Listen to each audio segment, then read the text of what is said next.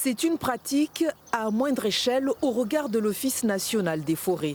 6 à 7 litres de glyphosate par an sur les 100 000 hectares gérés dans le département. Une très faible quantité en comparaison avec son utilisation dans le monde agricole. Mais y renoncer est inévitable aujourd'hui.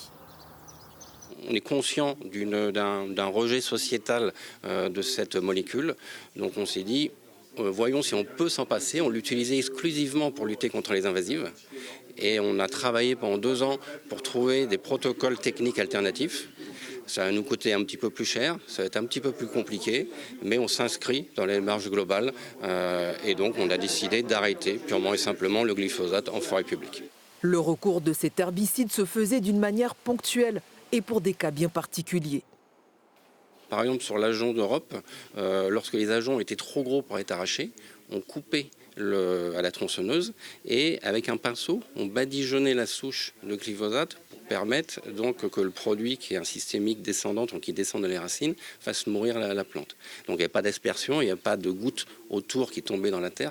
Mais l'arrêt du glyphosate par l'ONF est une goutte d'eau dans l'océan, dans un département qui enregistre chaque année plus de 51 000 kilos de vente de cet herbicide.